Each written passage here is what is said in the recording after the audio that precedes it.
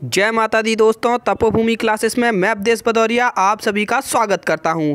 MP TET वर्ग 2 25 फरवरी की second shift के बाल विकास के दोस्तों 17 प्रश्न हमारे पास हैं। दोस्तों अभी तक बाल विकास के प्रश्न नहीं मिल पा रहे थे बच्चों को, बाल विकास काफ़ी कठिन बताया जा रहा था। तो दोस्तों यहाँ पर 17 प्रश्न हमको मिल गए हैं। इन प्रश्नों के दोस्तों उत्तर मैंने नहीं लिखे हैं, उत्तर आप लोग देख लीजिएगा। सभी प्रश्न सीधे सीधे मैं आपको बता देता हूँ। अगर आपने दोस्तों अभी तक हमारा चैनल सब्सक्राइब नहीं किया है तो सब्सक्राइब जरूर कर लें। वर्ग 3 के लिए हम बेहतरीन कोर्सेस लाने वाले हैं। तो शुरुआत करते हैं पहले प्रश्न से। पहला प्रश्न है कि किस आयु वर्ग के बच्चे अपने साथी बच्चे को की पहचान करना सीख लेते हैं। दोस्तों वहाँ पर आयु वर्ग दिया होगा 2 से 3 साल, 3 से 4 साल, इस तरीके से। तो वह उसमें से हमको एक टिक करना था। अगला प्रश्न दोस्तों, कार चलाते समय मोबाइल का प्रयोग करना किसके अंतर्गत आएगा। दोस्तों मतलब एक साथ दो काम करना, ये किस चीज़ के अंतर्गत आएगा। अब दोस्तों जैसे ही ऑप्शन मिलेंगे तब ऑप्शन के अकॉर्डिंग हम अच्छी तरीके से कर पाएंगे, ठीक है।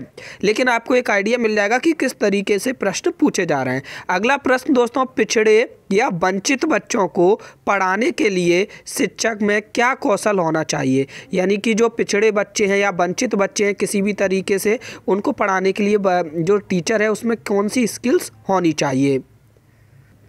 चौथा प्रश्न पूछा गया कि अधिगम का मूल्य उद्देश्य क्या है। जो अधिगम लर्निंग है, लर्निंग का जो मेन मोटिव है वो क्या है, ये पूछा गया दोस्तों। 5वें नंबर का प्रश्न है कि बच्चों की जो नवजात आयु से संबंधित प्रश्न था। जो आयु होती है नवजात आयु कितने से कितने वर्ष तक होती है, इस तरीके से कोई प्रश्न था। 6वें नंबर का प्रश्न दोस्तों, बुद्धि लब्धि IQ का फॉर्मूला पूछा गया था। तो दोस्तों IQ का क्या फॉर्मूला होता है, mental age upon physical age into 100 equal to IQ। अब जैसे क्वेश्चन कैसे आ सकता है, ऐसे आ सकता है कि कोई बच्चा 4 साल का तो है फिजिकली, लेकिन उसका दिमाग 5 साल के बच्चे की तरह है, तो उसका IQ कितना होगा। तो हम मेंटल एज में 5 लिखेंगे, फिजिकल एज में बटे में 4 लिखेंगे, गुणा 100। तो इसको हल कर देंगे तो 125 आपका क्या IQ आ जाएगा। इस तरीके से IQ आप निकाल सकते हैं, ठीक है। अब बढ़ते हैं दोस्तों आगे बढ़ते हैं 7वें नंबर के प्रश्न पर। दोस्तों ये प्रश्न था कि एक नए जोड़ी जूते मिलने पर पुराने जूतों द्वारा काटने की बात किस क्रिया के अंतर्गत आएगी। दोस्तों तो ये कोई शिक्षण अधिगम की कोई विधि है जिसमें मतलब क्या रहता है कि कोई नई चीज़ हमको मिल जाती है तो पुरानी चीज़ें व्यर्थ की लगने लगती हैं, ठीक है। तो वो है क्रिया किसके अंतर्गत आएगी। तो ऑप्शन जब मिलेंगे तब उसके अकॉर्डिंग हम अच्छी तरीके से बता पाएंगे। 8वां प्रश्न दोस्तों, ये पूछा गया था कि उदाहरण देकर नियम बनाने वाली विधि किसे कहते हैं। आगमन निगमन वाली विधियों से संबंधित ये प्रश्न पूछा गया। 9वें नंबर का प्रश्न दोस्तों, पुनर्वलन से संबंधित एक प्रश्न था और एक प्रश्न अभिप्रेरणा से संबंधित था, ठीक है। उसके बाद दोस्तों 11वें नंबर का प्रश्न आपका MBTI टेस्ट क्या होता है, इससे संबंधित था। तो दोस्तों ये एक तरीके का साइकोलॉजी टेस्ट है जिसका पूरा नाम यहाँ पर लिखा हुआ है, the Myers Briggs type indicator, ठीक है।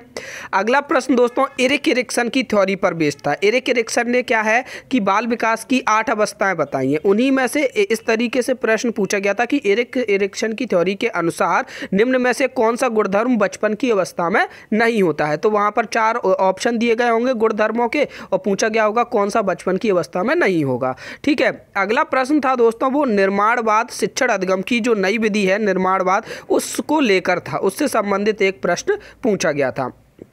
अब बढ़ते हैं आगे 14वें नंबर का प्रश्न दोस्तों, यह पूछा गया था कि निम्न में से कौन सतत मूल्यांकन की विशेषताएं हैं। सतत मूल्यांकन की दोस्तों वहां पर ऐसे ABC करके 3 विशेषताएं दी गई थी और तीनों सतत मूल्यांकन की विशेषताएं थी। जो D ऑप्शन था वो उपरोक्त सभी दिया गया था, तो हम वहां पर उपरोक्त सभी लगा देते, ठीक है। तो सतत मूल्यांकन को आप अच्छे से समझ लीजिएगा, अच्छे से पढ़ लीजिएगा, ठीक है। ये लेक्चर केवल इसलिए ताकि आपको टॉपिक्स का एक आइडिया लग जाए और आप उन टॉपिक्स को दोहरा सके, ठीक है।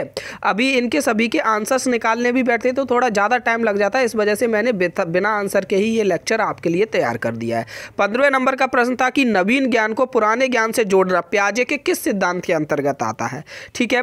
16वें नंबर का प्रश्न है कि किस आयु वर्ग के बालक का शारीरिक विकास धीमा हो जाता है। शारीरिक विकास तो दोस्तों होता है, मतलब ऐसा नहीं है कि बच्चा अब मान के चलो उसकी हाइट आपकी हो गई 100 सेंटीमीटर, उसके बाद अगले साल 90 सेंटीमीटर हो जाए, ऐसा नहीं हो जाएगा, बढ़ेगा, लेकिन बढ़ने की स्पीड कम हो जाएगी। ऐसी कौन से आयु वर्ग में बालक के विकास की स्पीड, जो शारीरिक विकास है उसकी स्पीड कम हो जाती है, ये बताना था। तो दोस्तों ये ऑप्शन एकदम मालूम नहीं है कि सही है एकदम, ठीक है, लेकिन 3 से 4, 4 से 5 इस तरीके से ऑप्शन दिए गए थे, ठीक है। अब आगे बढ़ते हैं। 17वें नंबर का प्रश्न निरंकुश बाध्यता से संबंधित था अधिगम में, कि निरंकुश बाध्यता का जो नियम है वो किसको सेंटर में लेकर होता है, तो वो टीचर सेंट्रेड होता है, शिक्षक केंद्रित होता है निरंकुश बाध्यता का अधिगम में जो सिद्धांत होता है। तो इस तरीके के दोस्तों प्रश्न पूछे गए थे, ठीक है। उम्मीद है आपको ये लेक्चर पसंद आया होगा। अगर दोस्तों आपका आज की शिफ्ट में या फिर कल की शिफ्ट में जब भी एग्ज़ाम है और आपको कुछ प्रश्न याद रहते हैं, तो आप हमें व्हाट्सएप के माध्यम से इस नंबर पर उन्हें सेंड कर सकते हैं, 8827412743। धन्यवाद। जय माता दी।